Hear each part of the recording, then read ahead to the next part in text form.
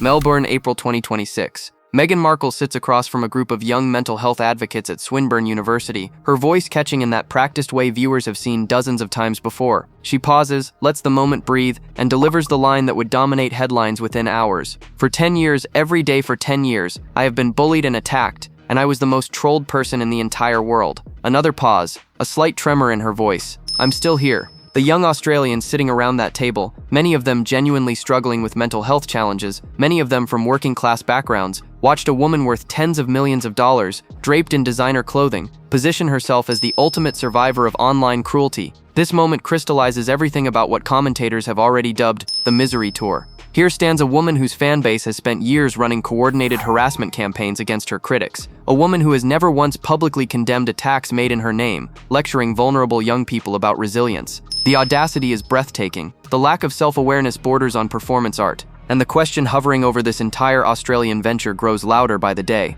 What exactly are the Sussexes selling? And why does it always seem to require them playing the victim while cashing enormous checks? To understand how we arrived at this moment in Melbourne, we need to rewind and examine the full picture of what this tour actually represents. Because the scene at Swinburne University was not an isolated incident of tone-deaf messaging. It was the culmination of a pattern that has defined Harry and Meghan's post-royal career, a pattern where victimhood becomes currency and personal trauma transforms into professional opportunity. The 2018 Australia tour, back when they were working royals, drew massive crowds and genuine enthusiasm. This version, 6 years later, tells a very different story about where the Sussexes stand in the public imagination and what they are willing to do to stay relevant. That claim Meghan made about being the most trolled person in the entire world deserves scrutiny, because she has been repeating it for 6 years without anyone in the media seriously challenging her to prove it. The assertion first appeared in 2020 during a podcast appearance, when Meghan told a group of teenagers she had been informed she was the most trolled person in 2019, male or female. The problem is that independent data tells a different story entirely. A 2020 study conducted by an independent analytics firm examined trolling patterns across social media platforms and ranked celebrities by negative engagement. Adele topped that list as the most trolled celebrity in 2019. Meghan Markle came in third, not first, third. A more recent Newsweek social listening analysis examined 1.7 million posts and found that 43% contained negative sentiment toward Meghan. That figure is genuinely high, no question about it. But high and most in the entire world are not the same thing, and the distinction matters when you are building an entire narrative around your singular victimhood. Consider for a moment the people who face online harassment at levels that actually endanger their safety. Taylor Swift has been the target of coordinated harassment campaigns that have forced her to relocate multiple times. LeBron James receives violent threats after basketball games from fans whose teams lost. These are people dealing with genuine, documented, life-threatening levels of online abuse. Meghan Markle reading mean comments about her outfit choices does not occupy the same universe. And then there is Catherine, Princess of Wales, whose experience with online cruelty makes Meghan's complaints look almost quaint by comparison.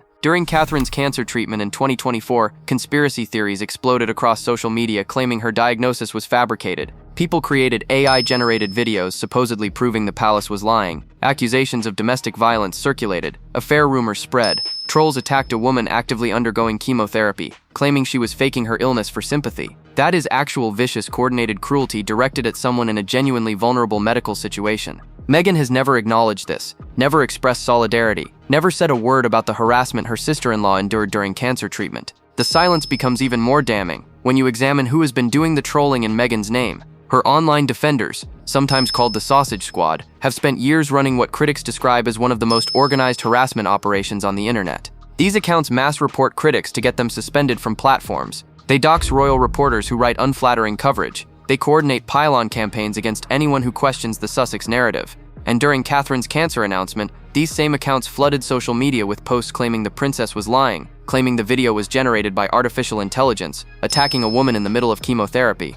Meghan has never condemned this behavior. Not once in 8 years has she issued a statement, posted on social media, or made any public acknowledgement that people claiming to support her are engaging in precisely the kind of cruelty she decries. The woman who closed her Instagram account in 2018 and only reopened it in January 2025 with comments disabled, that woman sat in a Melbourne university and lectured young Australians about the cruelty of online platforms, while benefiting from organized trolling conducted in her name. The hypocrisy is not subtle. It is not a matter of interpretation. It is a documented pattern of behavior that she has never addressed. While Meghan delivered her performance at Swinburne University, Harry took the stage at the Intered Psychosocial Safety Summit at Centrepiece in Melbourne Park. His keynote on leadership and mental health in the workplace cost attendees up to $2,400 per ticket, though reports indicate the event did not sell out despite the Duke of Sussex headlining.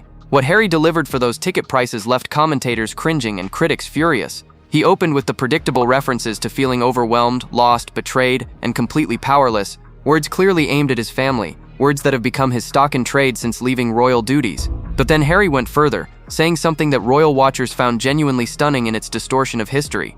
"After my mom died just before my 13th birthday," Harry told the audience, "I was like, I don't want this job. I don't want this role. Wherever this is headed, I don't like it. It killed my mom, and I was very much against it. It killed my mom." Those three words represent a rewriting of history so deep that it demands examination. Diana's death was a tragedy that shaped Harry's entire life, and no one disputes the devastating impact it had on him as a child. But the facts of that night in Paris do not support the narrative Harry has constructed. Diana was not a working royal when she died. She had stepped back from royal duties after her divorce from Charles and was living independently.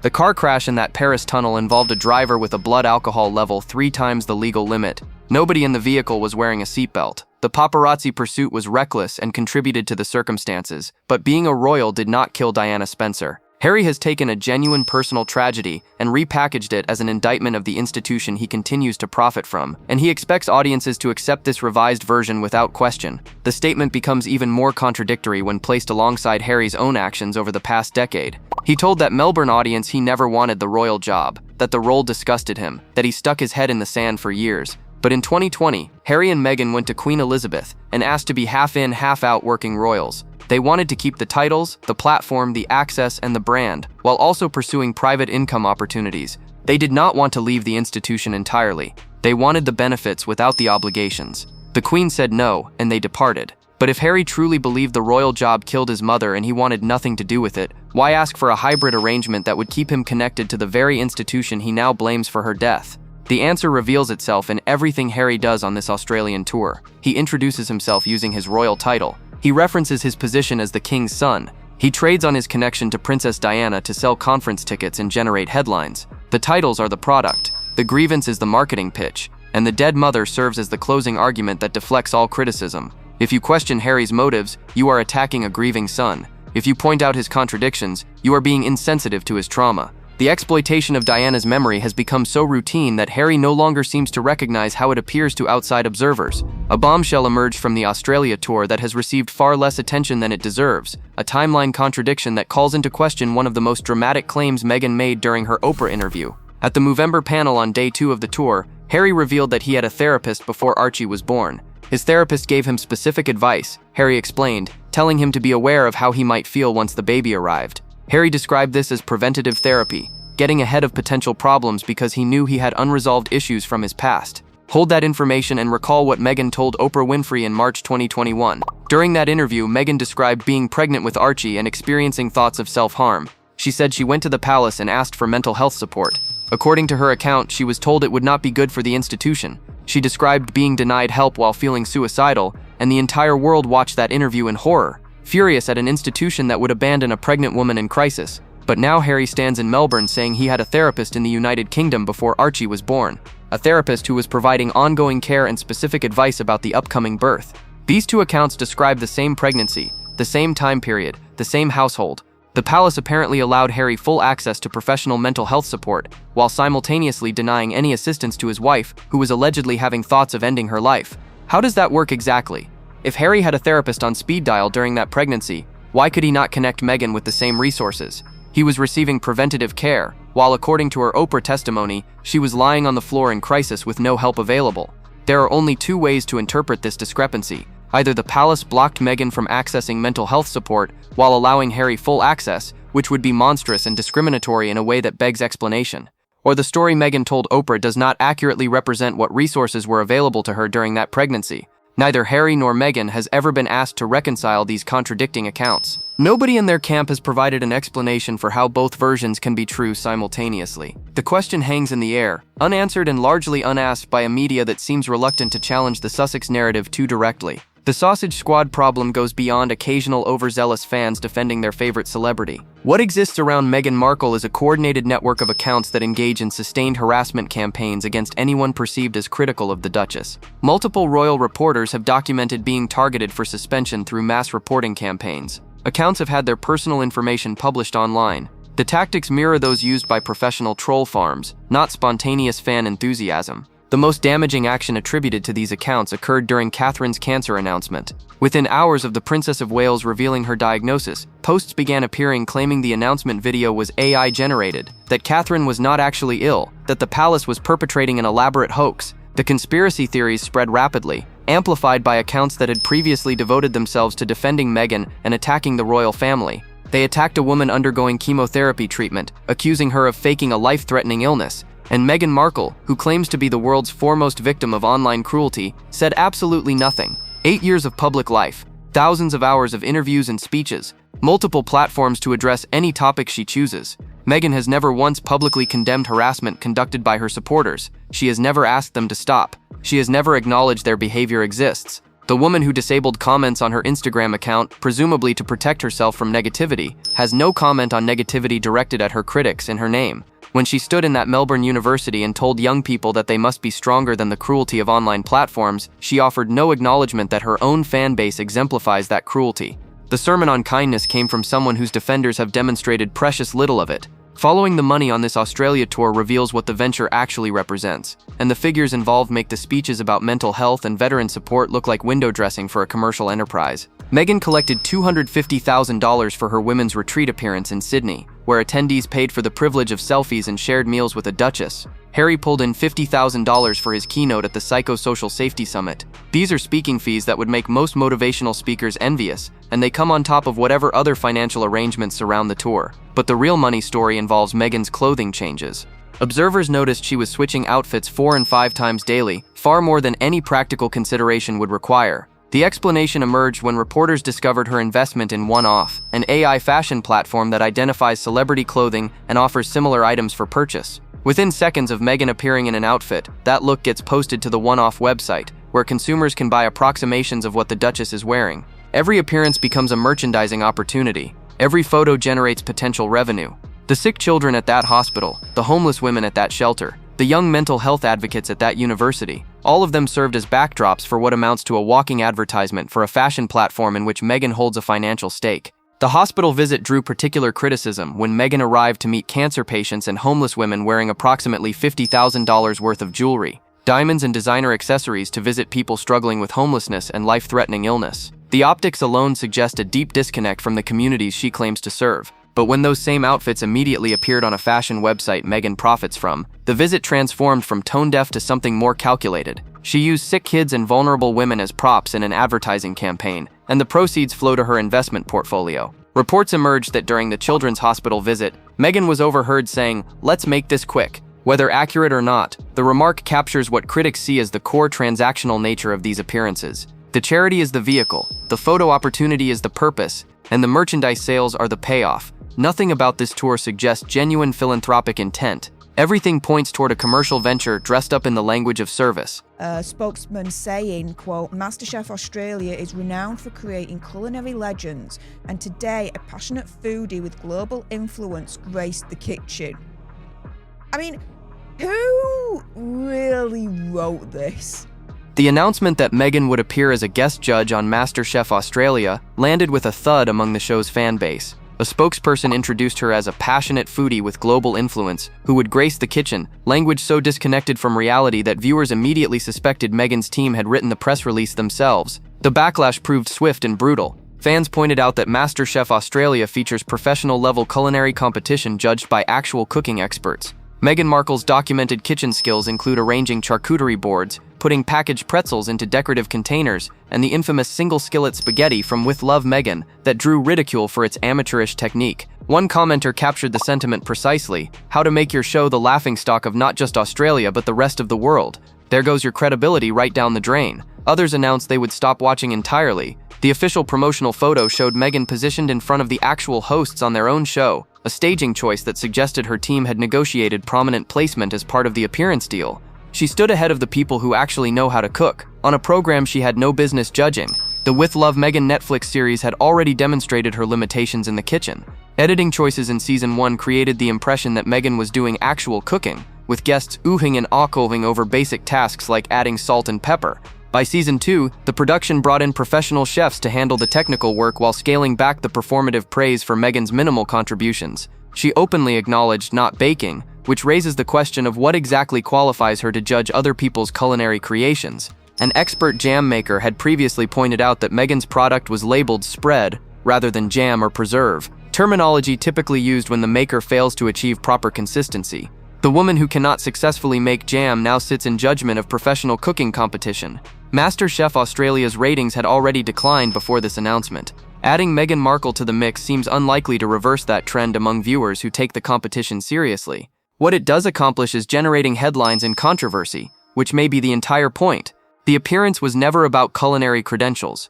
It was about visibility, about keeping the Sussex brand in the news cycle, about creating another opportunity for outfit changes that feed the one-off merchandise machine. The commercial reality of this tour becomes clearer when examining attendance figures and crowd sizes. Harry's summit reportedly failed to sell out despite tickets ranging from basic admission to platinum packages. Meghan's retreat quietly released additional tickets after being announced as sold out, suggesting initial sales did not meet expectations. Every public walkabout originally planned for the tour was cancelled, officially for security reasons, though thin crowds seem a more likely explanation. Multiple commentators have reported that organizers placed paid supporters at key events to create the appearance of public enthusiasm, somewhere between 10 and 15 people positioned at locations to simulate interest for cameras. This is the commercial value of the Sussexes in 2026. Half-empty venues, cancelled public appearances, paid attendees cosplaying as fans. The 2018 Australia tour, when they were working royals representing the crown, drew massive genuine crowds and international positive coverage. This version, untethered from the institution they spend so much time criticizing, reveals what happens when the royal connection becomes the only selling point, while the people involved actively undermine that connection's value. The retreat and summit pricing tells its own story.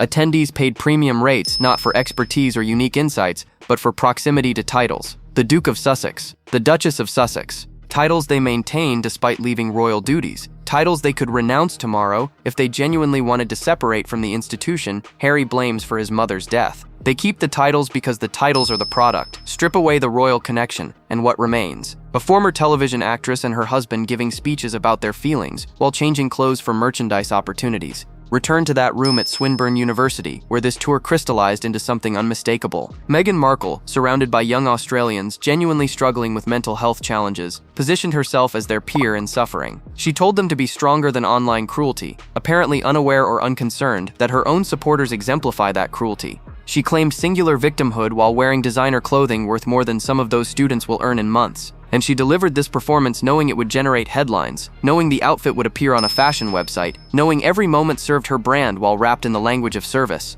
The full picture now comes into focus. A woman whose fan base trolls cancer patients lecturing about kindness. A man using his dead mother to sell conference tickets while maintaining the titles of an institution he says killed her. A couple who had access to vastly different levels of mental health support during the same pregnancy, but have never been asked to explain the discrepancy. A tour that cannot fill its own venues despite premium pricing and royal titles. This is what freedom looks like for the Sussexes. Not the liberation from royal constraints they claim to seek, but a smaller stage, thinner crowds, and the constant hustle for the next paycheck. The 2018 Australia tour represented the apex of their royal careers. Genuine enthusiasm, international goodwill, the promise of a modernized monarchy with a biracial American actress adding diversity to the firm. 6 years later, they return as something else entirely. Commercial operators trading on diminished royal cachet, grievance merchants converting personal trauma into speaking fees, fashion influencers using charitable appearances as backdrop for merchandise opportunities. The Australian taxpayer funded security for this venture, protecting millionaires as they collected hundreds of thousands of dollars while claiming victim status. They are not here for mental health awareness. They are not here to support veterans. They are not here because they care about Australia or its people.